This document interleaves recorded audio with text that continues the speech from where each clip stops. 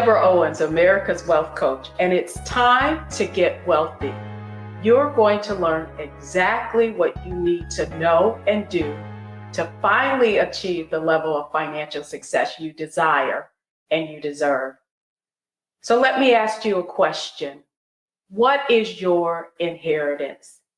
Did your family create a financial legacy for you?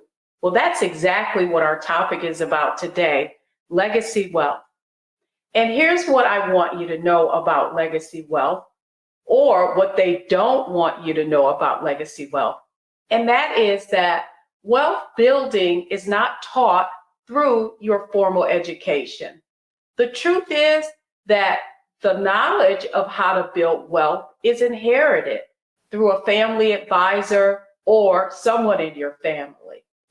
And you must also understand that the knowledge of how to build wealth is the most valuable asset of all. And that's why I'm excited to have a conversation today about this topic of legacy wealth. Our guest was someone who got exposed to what it meant to create a financial legacy at a very early age. And I'm excited to introduce her to all of you today. So let's invite Kim Nixon on to Get Wealthy. Kim, really excited to have you today. Thank you so much for having me, Deborah. It's always a pleasure to spend time with you. Well, why I'm really excited to talk to you today is we've had many conversations about this topic. And I think as it relates to creating legacy wealth, just share with our audience a little bit about yourself and what legacy wealth really means to you. Yes. So, Deborah, you know me over many years of working together. And for me, wealth building, specifically in the Black community, is about making sure that we have assets that can last beyond our lifetime. And so much of that is actually beyond the physical asset or the financial asset that you're passing down. So much of that is about knowledge, the way that you just mentioned. And one of the things that we see very often is that once an asset is passed on to a child, if that child has not been raised to value that asset or to understand how to continue to care for it, that can lead to either the loss of that asset or increased liabilities. And specifically, I'm talking about real estate. So as you know, I grew up in a house with a father that's a contractor. My mom is a nurse. And we did not have any money. We did not come from money. But my parents instilled in my sister and myself two really important values. The first of which was you can find a way, and a work ethic that is unparalleled, frankly. Sometimes I think it's a little too strong, and I need to learn how to scale it back a bit. But you can make anything happen. And I watched them do it. I watched them work more than two jobs at a time, sometimes, all with that American dream of buying their first home. And that home was not in great repair. And my dad put the time in, and he put a hammer in my hand at a very early age. He didn't have any little boys, and so he just made me his apprentice. And so we got to work on that first property. And then my parents were able to kind of rinse and repeat and do that again. And through that effort, I learned a lot about, number one, the value of the asset that they were leaning into and that they were investing in. I learned the value of sweat equity and what it really meant to be able to use your two hands to get yourself beyond where you are today. And I also learned how you go about creating pockets of opportunity in order to, and sometimes that opportunity does mean more work, in order to get yourself to the point where you can make that investment and you can move yourself beyond the point where you are today to where you are tomorrow. And I want to stop and say really quickly, I completely understand that there are lots of barriers and challenges up against us all. And this is not an easy process. This is not something that happens overnight, but it is a process that if you continue to work on it, you teach yourself, you teach your children what it looks like to make step change. And that is as important as the asset that you're passing on. That's wealth building to me.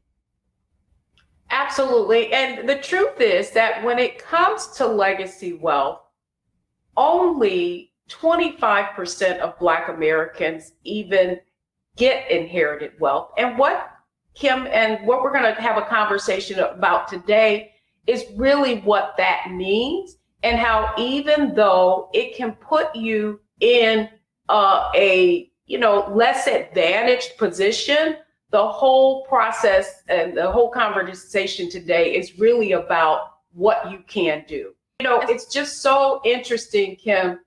You alluded to the fact that we've known each other for several years, and how we met really was at that time, you were in this significant position at Under Armour, but in spite of that, you invited me in to talk with your colleagues about wealth building, because that was really, really important to you.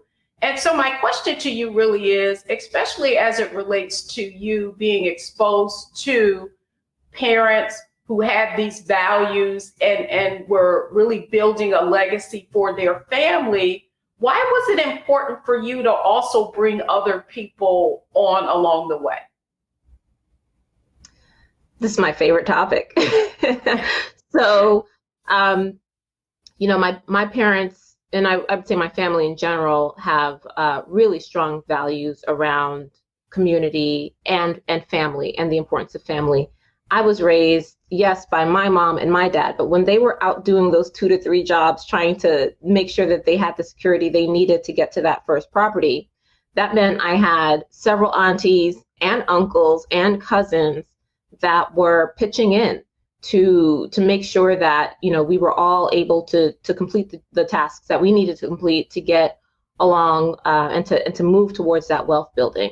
So all of this happened within a community. None of this happens in a vacuum or in a bubble. My sister and I were in rigorous scholarship programs. So we were going to school, we were going to our regular school, and then we were going to an additional academy on Wednesdays and Saturdays, and then all summer long, at least when I was in the 5th grade and 6th grade.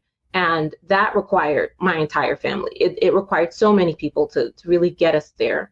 And so the idea of community has always been central to wealth building for me. And it's true of many communities. If you look at a lot of different ethnic communities, wealth is built through communal accumulation of dollars and use of dollars. And that'll happen to buy Dunkin' Donuts, to buy gas stations, to buy businesses that are then managed and owned and managed by a family. And very often the only way that Dunkin' Donuts or that gas station or what you will be profitable is because they have the labor pretty much covered through family costs and family coverage in terms of time. And so for us, my family's Caribbean, and a lot of what that looks like is something we call partner money, some people call susu. And you can call it a 0 interest loan, you can call it, an early advance if you want, but it's really kind of like a communal pot of money that is then put together by about 20 people or so, that is then distributed out every week or every 2 weeks based on need or based on where you stand in the schedule. And just this idea of community, and this being a way that people are able to pay their bills, be able to put their kids through college, able to kind of get ahead, pay for vacation, whatever the case may be. It was a way that the community all surrounded each other to make sure that we were good. And this idea of we were good has stuck with me forever. So to your point, when I was at Under Armour, we were building the Black Employee Network called BEAT. And one of the first things I wanted to do was figure out, like, are y'all good? Like, and I don't mean from a work perspective, but, financially, like, are we good? Like, we work at this place, at the time Under Armour was doing great. We worked in a city, in a secondary market, so it wasn't the most expensive market to live in. And I wanted to make sure people had the tools that they needed. There were a lot of young Black professionals at Under Armour, and still are. And I wanted to make sure people had the tools, that they were able to have the conversation. I wanted to make sure money wasn't taboo. In my communities and in my groups of friends, money is not taboo. it is something that we can talk about freely. And that is something else that really needs to happen in order for us to understand and be able to go to each other and say, hey, how'd you do that thing? How'd you get that mark off your credit score? How did you buy that property? How did you, find that daycare for your child? And so all of these things are to be shared. The more that we can learn to share them and to trust each other and even approach each other with compassion instead of competition, that's where a lot of real information and opportunity for legacy and wealth building begins. Well, you just validated the first point that I made around what they don't want you to know about legacy wealth. And that really is that it is inherited, right? Like a close family member or family advisor, someone really has to kind of show you the way, because you don't learn it in your formal education. And certainly this is true of you. When we met, you had already built, because of your parents, a pretty significant real estate investment portfolio, and you were investing in that secondary market that you now lived in. And yet you reached out for me to Wealthy You for more knowledge around expanding that, your own competency around investing. And so when we come back, what I want to ask you about is really why you felt the need to do that. So I want to just talk about, you just talked really eloquently around the power of community and how in so many communities we aren't getting access to that information. And so that's how we met, with you inviting me to Under Armour. When we come back, I want to get into now how you specifically began to expand your own knowledge and use different strategies on your pathway to financial independence. So don't go anywhere, folks. It's Get Wealthy. I'm Deborah Owens, and we'll be right back.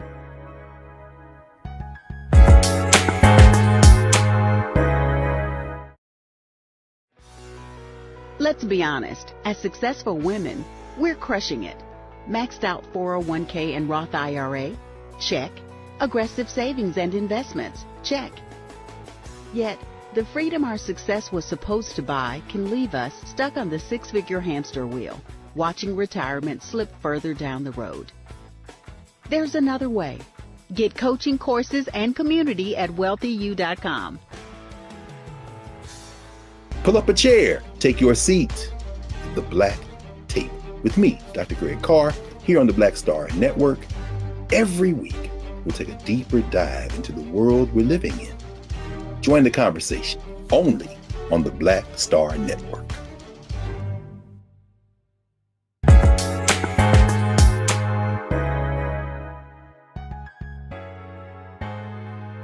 Welcome back. I'm Deborah Owens, America's Wealth Coach, and I'm having a fascinating conversation today about legacy wealth. What does it mean to create generational wealth? Well, that's exactly the conversation that we're having with Kimberley Nixon, who was exposed to legacy wealth through her parents and really began to see that there was more that she needed to learn.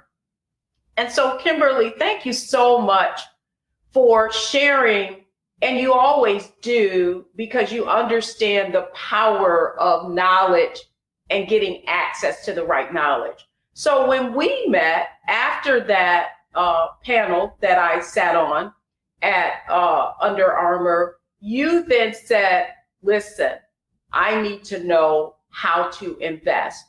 So talk to us a little bit about why that was important to you in just expanding your own knowledge around finances and what it meant to become financially independent.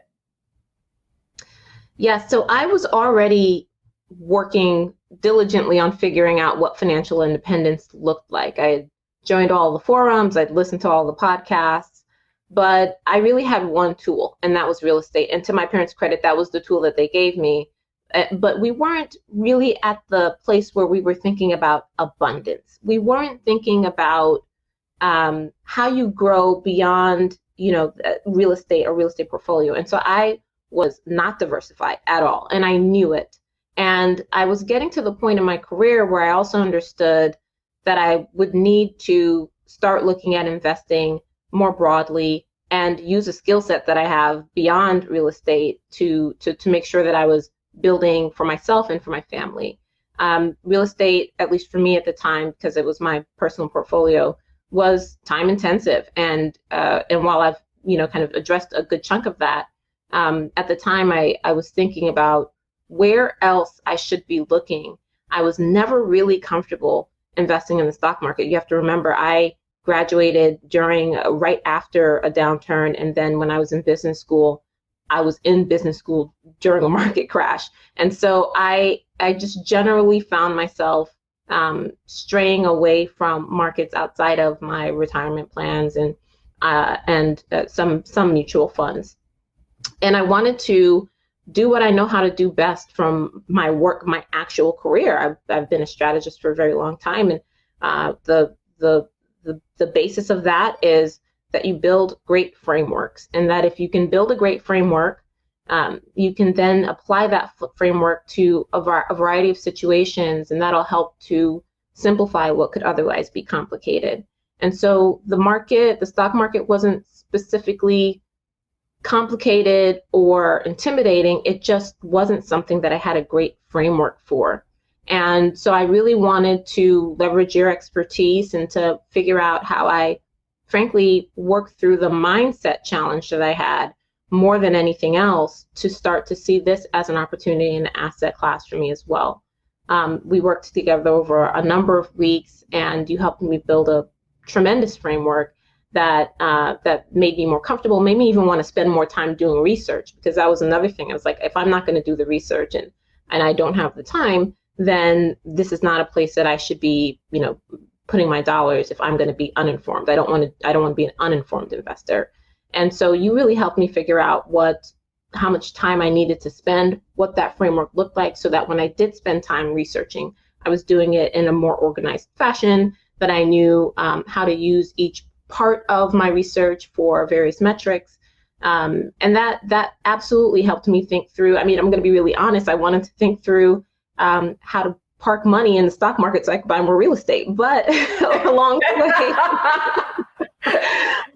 the way, I got savvier and really kind of stuck to my diversification goals. And that helped me to be where I am now, where I have more flexibility. I have more control over liquid versus illiquid assets. I have another tool in my belt for how I want to teach my children about wealth building. So my two sons have their own stock portfolios as well. And I'm, really grateful for the opportunity to take the framework for how to teach your kids about wealth building that was given to me by my parents, and expand that framework to now be about real estate, the stock market, and other parts of investing as well. Well, you said something really interesting. First off, the first thing I want to chat with you about is, listen, since you just came out of business school, right? I mean, a very prominent business school. Yeah. And yet, are you telling me that you did not learn about investing while you were in business school? We certainly had all the classes on corporate finance, on market dynamics, on how to value a company, on cash flow analysis. We had all of those things. I remember we even went through an exercise where we chose a handful of stocks that we would have invested in, and we would have created a portfolio of our own.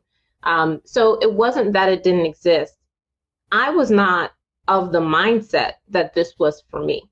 And so all of those things were very time intensive. When I did them in school, that was a whole course. And so when I thought about this from a perspective of a young mother working, managing a real estate portfolio, and figuring out where to put my next dollar, going back to look at my Professor Demoteran textbook and figure out how to invest in the stock market, that was not it was not applicable in the same way. That was an academic and theoretical setting that came with a ton of research and work around it. And so that was my mindset going in, is like, I have to go and pick this up in order to do this thing. And that was not going to happen. So I was really looking to build my own framework that would leverage what I had already learned, leverage the tools and, some of the various ways that you teach others about investing in the stock market. But more than anything, Deborah, I was not in the right mindset for it. And so much of wealth building is about getting yourself to the right mindset. And to me, I very much believe in the highest and best use of the dollar. And to me at the time, I could only see that the highest and best use of the dollar was in real estate for me. And I needed that shift. I needed the perspective shift. And so it was a matter of being at the right time in the right place when I met you. Well, it is interesting that you brought up mindset. And even though you had all this knowledge, and that's what I want our audience to understand, is that this knowledge is inherited. And if you don't have someone to kind of break it down for you, which really is what we do in Wealthy You, is that framework of understanding that you don't have to, be a rocket scientist, right, to figure this out. And it doesn't require all of the detailed research that you may have had in an MBA. You also brought up something else that I wanted to ask you about in terms of strategy. You already had a framework for investing in real estate, and something that you shared within Wealthy You, that process, right? If you were to reflect now, how did what you already know influence how you now approached investing and building your own portfolio based on this new thing and what you already know? How did that kind of inform how you've proceeded thus far? Well, I think there are a handful of pieces or answers to that question. The first is with any new investment, any new investment that you're making, if it's your first time doing it, there's a sense of fear. There's risk involved in all investments, and so there's this exercise that has to happen when, at least for me, where I walk myself through all the risk scenarios, and then what are my 2 to 3 ways of de-risking? What are my mitigations? What are my exit opportunities? And that's something that I started with real estate. And again, this is where my parents were really helpful. I remember when I bought my first property, I was 23, and I was just at the point where I was getting ready to sign that check for escrow. And it was a big amount of money for me at 23. And I remember calling my mom first, and she's like, Kim, it's real estate. The chances of it going to zero overnight are small, and you can sell it. And I called my dad, and my parents live completely separate lives at this point. And so imagine my shock to hear him say the exact same thing. And so, I kind of knew, I was like, these are conversations they were having with each other 20 plus years ago. And so there's this idea that, like, when you're going into anything that feels a little scary, you want to figure out, what are my opportunities for mitigating? And that is an approach I still take in all of my investments at this point, which is, can I afford to lose this money? If I lose it, what's the absolute risk that it poses to me, my family, my lifestyle? Are there other ways to mitigate this risk through my investments in other places? On the stock market side specifically, looking at the price that you get in at and making sure that it's priced well enough and reasonably enough that you have enough room to be able to weather some ups and downs. And also, like, how long until you need that money, right? And so the thing that actually made me very comfortable and timing wise made me more comfortable when I started to think about investing in the public market is that I was investing with money I didn't need. And that was part of my financial independence journey, was getting to the point where I didn't need this money. So I was now comfortable taking this risk. And real estate for me had a different purpose. It was a cash flowing asset. And so I needed that money.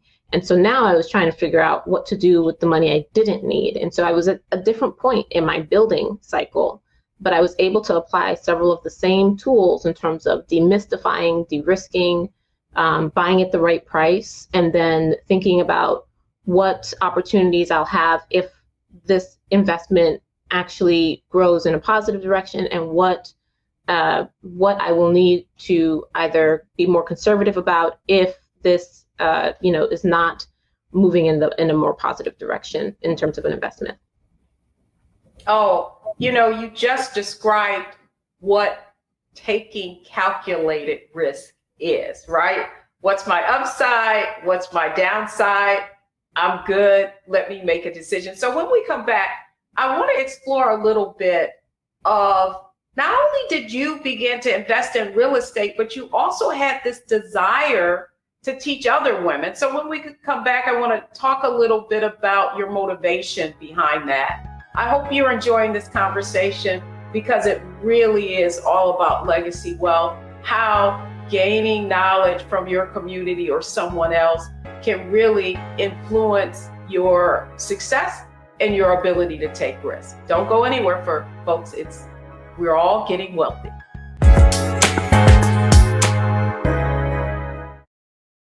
Hi, I'm Dr. Jackie Hood Martin, and I have a question for you. Ever feel as if your life is teetering and the weight and pressure of the world is consistently on your shoulders? Well, let me tell you, living a balanced life isn't easy. Join me each Tuesday on Black Star Network for A Balanced Life with Dr. Jackie.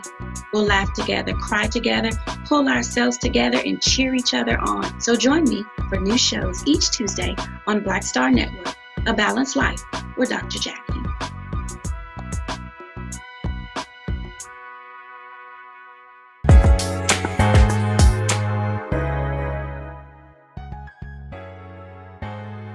Welcome back, everyone. I'm Deborah Owens, America's Wealth Coach, and today's topic is legacy wealth. And I'm having a conversation with Kimberley Nixon, who had really the great fortune of inheriting the knowledge of how to build wealth from her family as they built their legacy wealth through real estate. And so, Kimberley, one of the other questions that I wanted to ask you about, not only were at Under Armour, this whole sense of community that you've had, but even as you've been on this journey, you've wanted to share the knowledge of how to invest in real estate with others. Talk to us a little bit about where's that coming from? That desire that you have to have other people experience what you have. Whew, okay, so, I think there are a few things happened. So I'd been an investor for quite some time, and I noticed that a handful of things were happening. I noticed that when men were interested in getting invested in real estate, and this is specifically in Baltimore because that was the market that we were in, and so when they were looking for partners, or just kind of having these conversations about potentially getting into the market, there were no women at the table. It may be me, and also, but only kind of tangentially, because my husband was there. And I thought it was so interesting that this was a flip from my experience, because in my experience, the women are always at the table, and they are having conversations about, in my familial experience, we are having these conversations and we are helping each other. And real estate is a very common conversation and topic within my family. So I found this to be so interesting. And so I just started to observe and look and see, how little interest the women, both in my circle and then outside of my circle, had in real estate. And I think it's a combination of a few things. Number one, real estate over the last 20 years, especially with HGTV, has become glamorized and glorified as design. And so there's an interior design element, and that seems fun. And then the actual grit and the hard work and then the renovations, those are almost always portrayed as being done by a man. And then, and also within families in general, we know that we still have a long way to go in terms of making sure that women have a seat at the table in terms of making investment decisions and financial decisions along with their partner. So I found this as an opportunity to, at the very least, share what I was doing. And that's how it started, to share what I was doing with my girlfriends. And especially if their partners were starting to get into real estate, I would ask them what they thought, or where the property is, or what they know about it and what they're excited about. And that started the conversation around, well, what could this look like? And what's your interest level? And what would you want to do long term? And the truth is, real estate as an actual owner operator isn't for everyone, but there are various ways to invest. And so I wanted to do my part to just make sure that people understood that this was an option, an opportunity for them. The second thing that happened is, as I mentioned before, I was very deep on the path of financial independence. And the way I think about financial independence is you should have enough. We've worked so hard, and we should have, and I'm speaking directly to Black women now, we should have enough room and freedom within our budget, within our net worth numbers, within our lifestyle, to leave situations that are no longer working for us. And women, and Black women specifically, I believe, find themselves in situations that are no longer working for us, and they find themselves stuck. And yes, this may happen on the home front, but I'm really talking about at work. And if Ketanji Brown Jackson's hearings and proceedings are indicative of anything, it's the way in which Black women are treated at work, when our work is often either being over scrutinized, or we're being asked to show up with credentials that no one else is being asked to show up with, or we're being asked to do a job that is not our job. And so when that environment no longer serves you, I believe financial freedom and that buffer should be the gap filler until you get to where you need to be. It also gives you a bit of confidence to say what you need to say at work. And sometimes you'll find yourself just needing to raise a hand and say, like, this isn't it. This isn't going to work. The way that I'm being treated, the way I'm being talked to, the way that I'm being asked to work, this isn't going to work. And very often we don't even have the freedom to say those things because we're in fear of losing our jobs.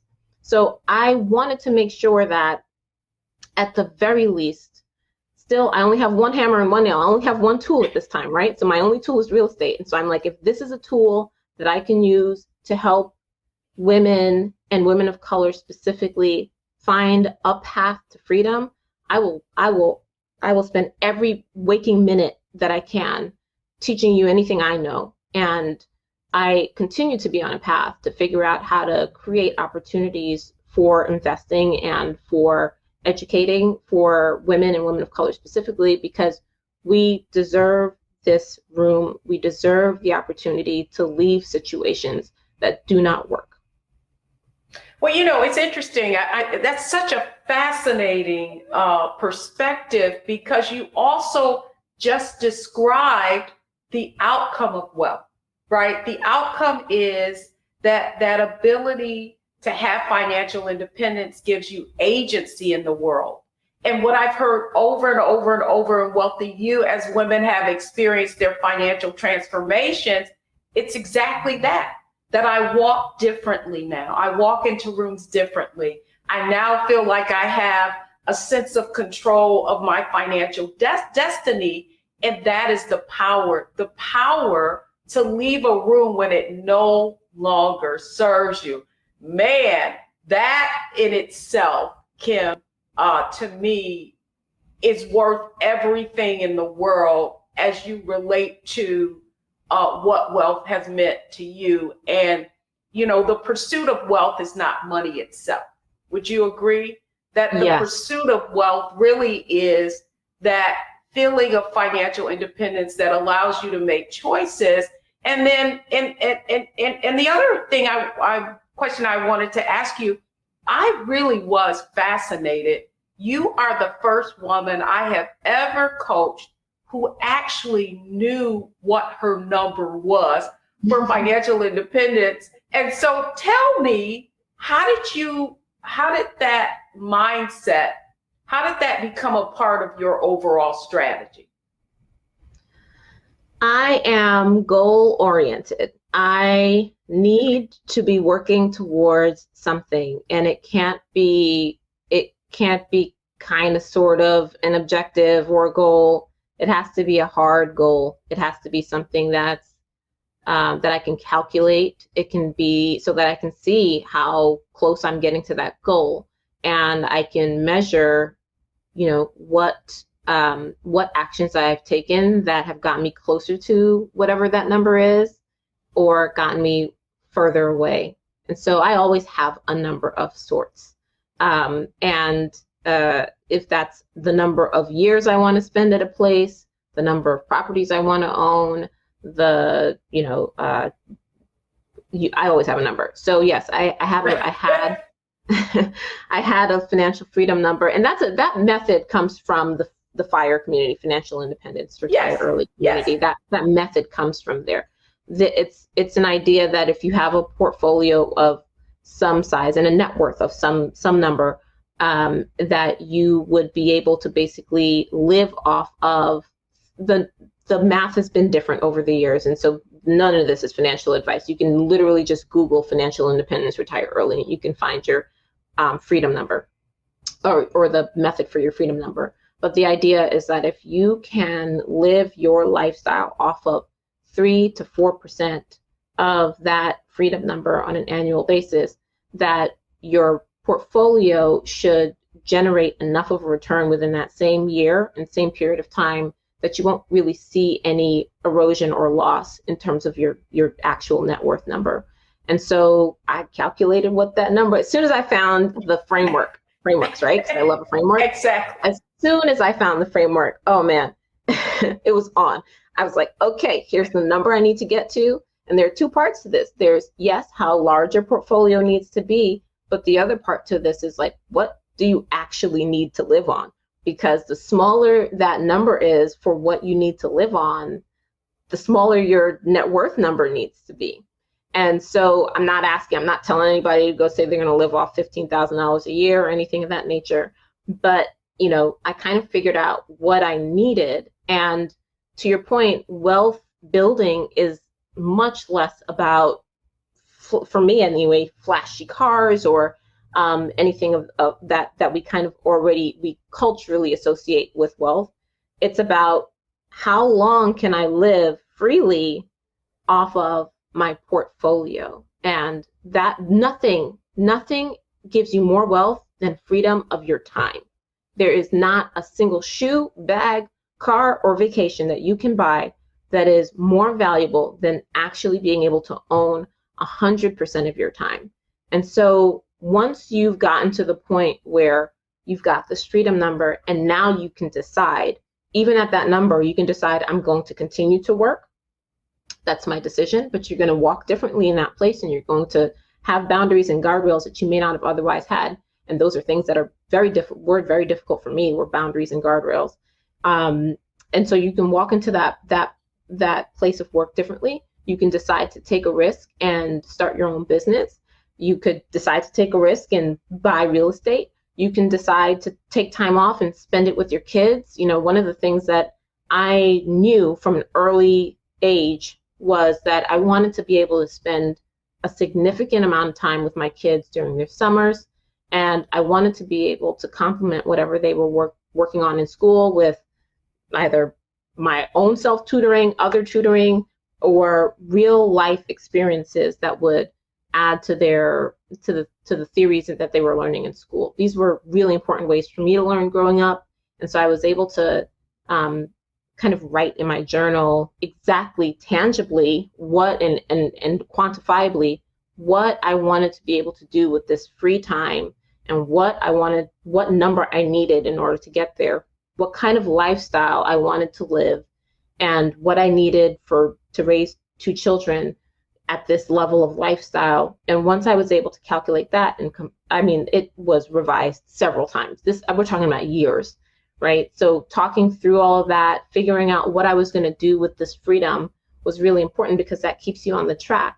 And the last piece of that net worth number is you've got to get your debt down. And so, that was another big part of my goal and goal setting, was to make sure that I wasn't accruing and incurring more debt, because that was going to get me further and further away from my goal. And so I made some lifestyle changes and decisions over the last 10 years, and that's helped me get to my freedom number. And I do want to, so when we come back, and you've really touched on a lot of your strategy, knowing your number, diversifying outside of just real estate. When we come back, I want to talk to you about now that you were able to implement some of these strategies, what's next for you. So don't go anywhere first, folks. When we come back, we're going to talk a little bit with Kimberley about how making all of these decisions and really having the benefit of that knowledge of how to create legacy wealth has informed her as she moves beyond, and further in her career. So don't go anywhere, folks. We'll be right back.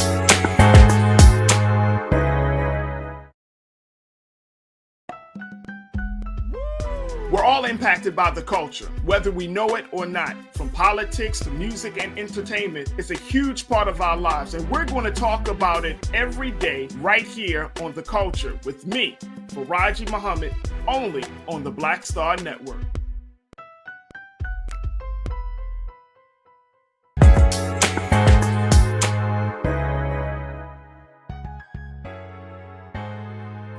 Welcome back, everyone. I'm Deborah Owens, America's Wealth Coach, and this has been a fascinating conversation with Kimberley Nixon, a real estate investor, investing in stock and branching out into other things.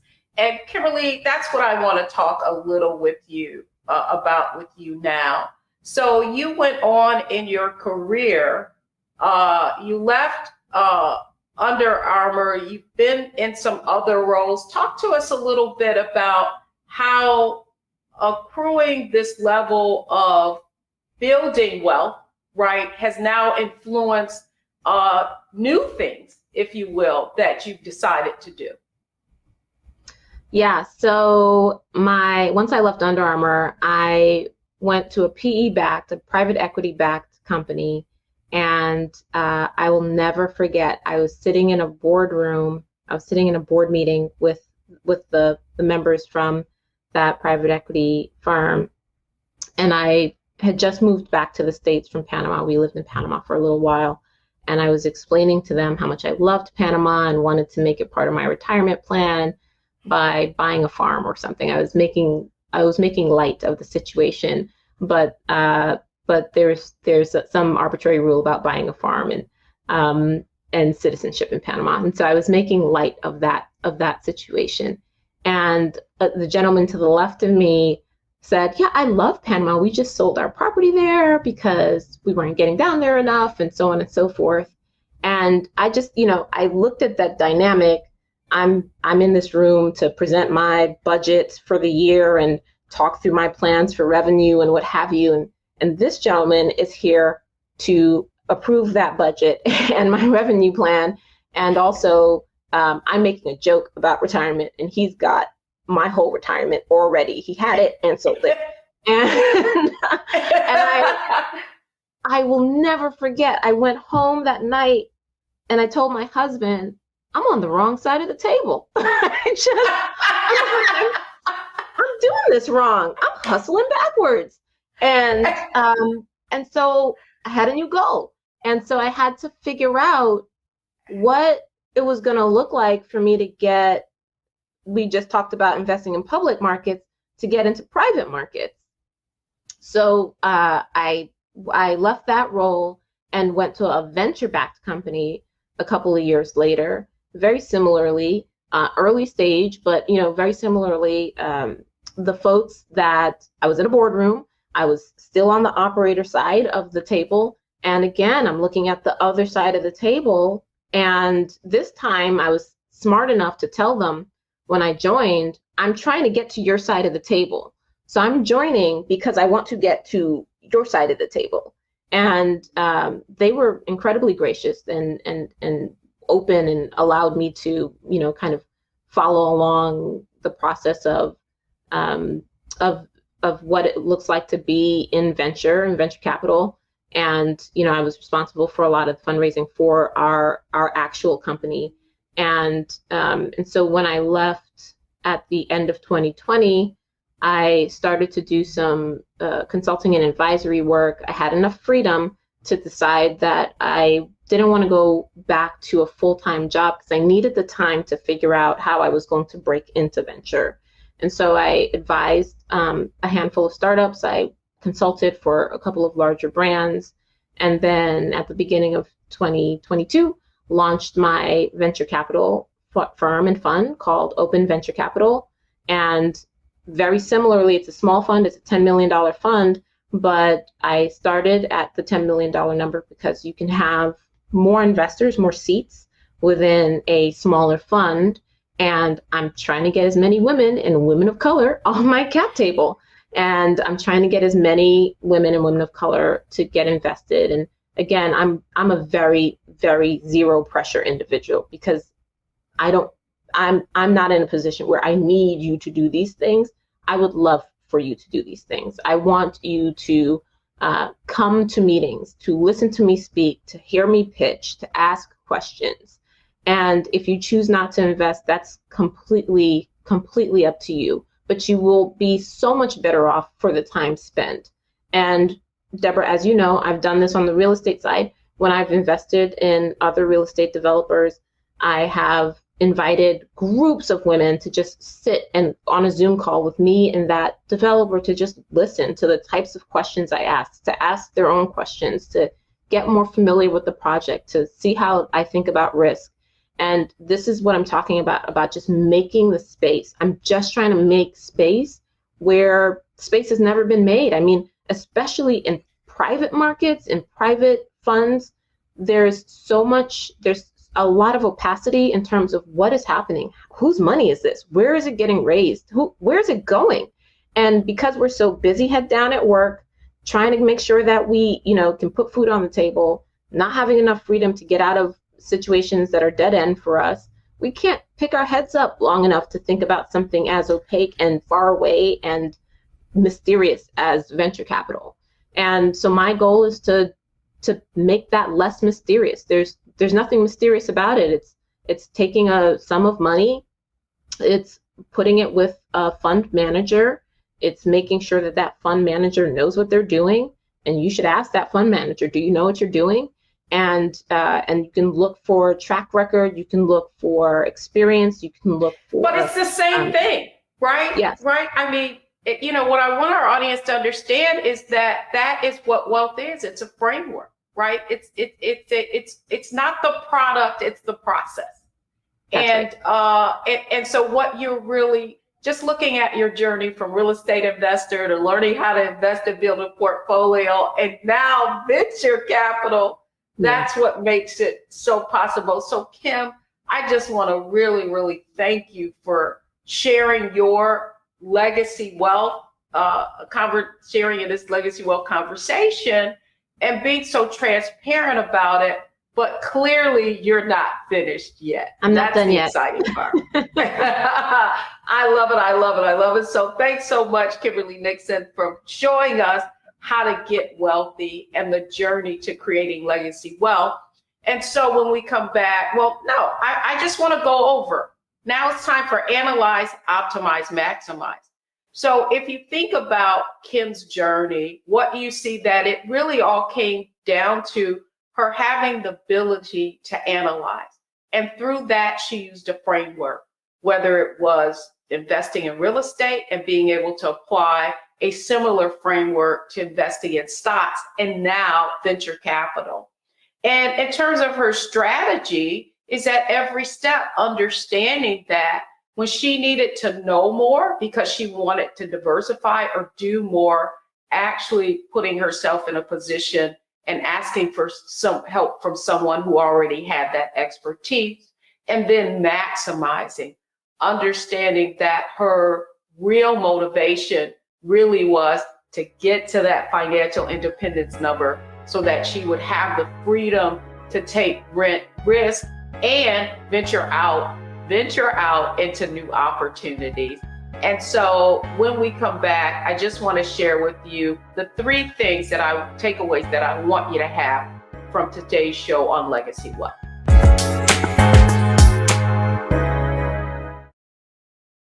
I'm Deborah Owens, America's Wealth Coach, and my new show, Get Wealthy, focuses on the things that your financial advisor and bank isn't telling you, but you absolutely need to know.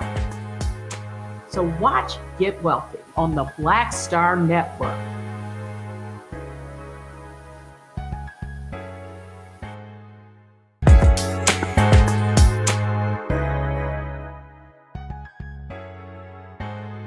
Welcome back, everyone. I'm Deborah Owens, America's Wealth Coach, and I hope you enjoyed this conversation around legacy wealth. And it really is what you need to know in order to create a financial legacy or generational wealth. And so here are your 3 takeaways from today. First, as you can see, legacy wealth creates confidence. We certainly saw that in Kimberley's journey to wealth.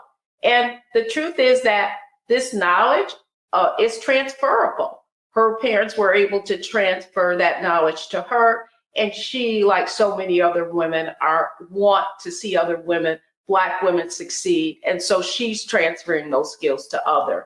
And then finally, that the goal is generational wealth, because that is true freedom. Thanks so much for joining us on Get Wealthy. I'm Deborah Owens, America's Wealth Coach. I can't wait for you to join us on another episode of Get Wealthy.